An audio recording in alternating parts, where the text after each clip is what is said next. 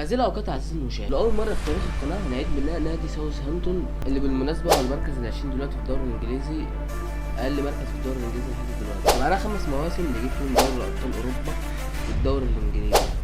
فلو لسه محطتش لايك حط لايك وحط اشتراك، ولو عاوز أي نادي تاني نعمله اكتبه في التعليقات. يلا بينا.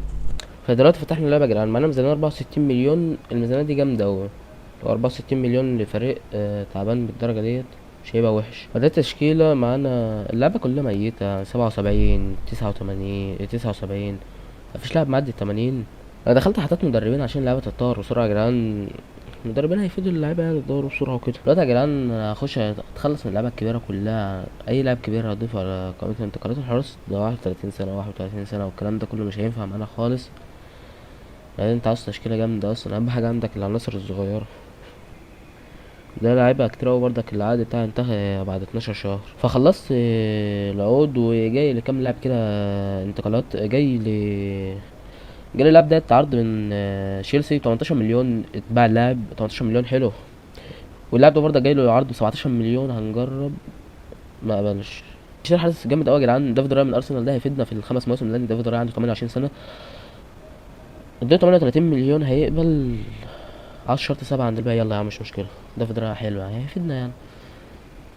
فجبنا دافيد رايا ب 38 مليون و800. الاداره هتدينا صفقه كام؟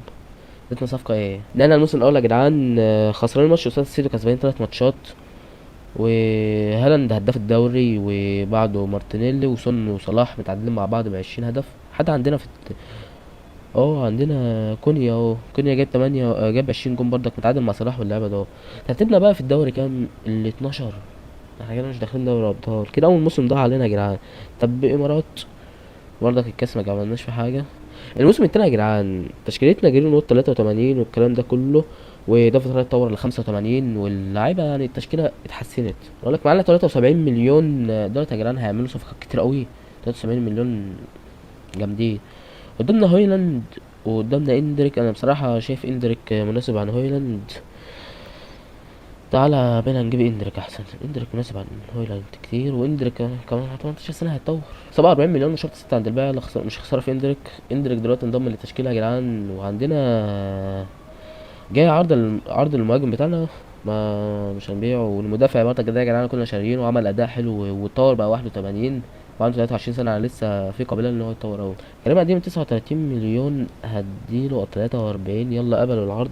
انضم كريم اديمي عندنا مكان كنا بتاعنا. كريم اديمي هيقدم لانه لسه صغير وطاقته حلوه. التقييم الاداره ايه دلوقتي يا جدعان؟ اتخطيت نص الموسم عشان نشوف اداء الفريق وكده.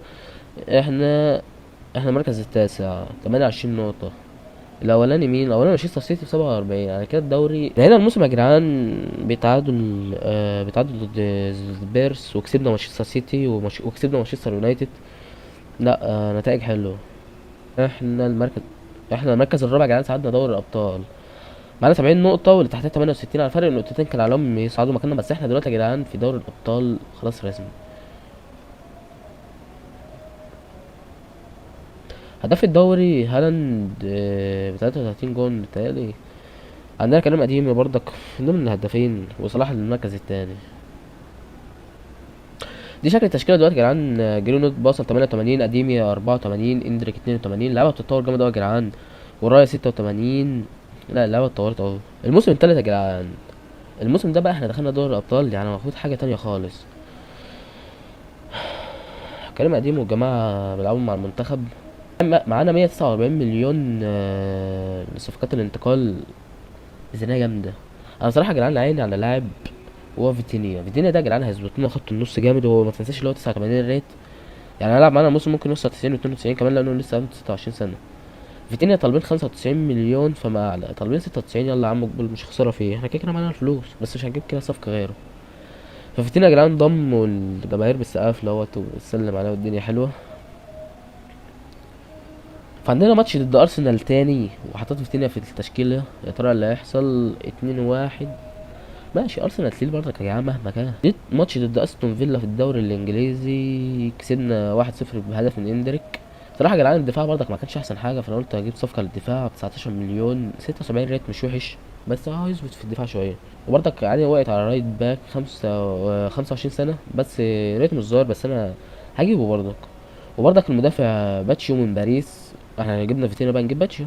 والدفاع كده خلاص يا جدعان، الدفاع كده يعني الفريق ينافس اصلا، يعني الفريق ينافس على الدوري الانجليزي ودوري الابطال عادي. عندنا ماتش ضد اتلتيكو مدريد في دوري الابطال، دي تشكيله قدامنا اهي 89 83. دريك ايه اللي هيحصل يا ترى؟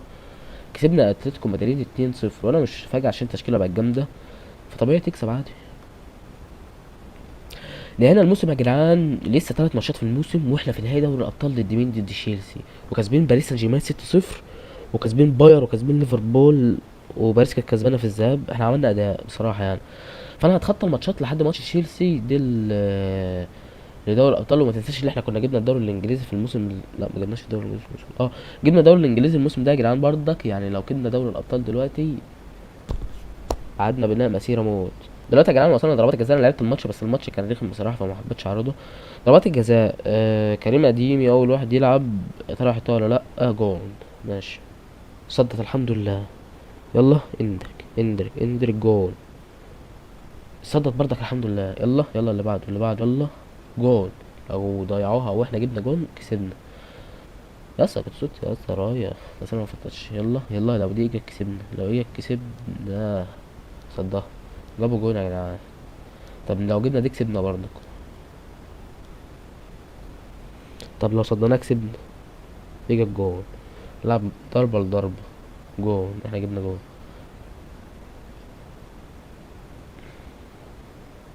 كسبنا دوري الابطال يا جدعان. وكده حابب اقول لك ان دي نهاية الفيديو. تقول لي إيه نهاية الفيديو؟ اقول لك جبنا الدوري الانجليزي مع اني ما لعبتش 5 مواسم، دي تالت موسم.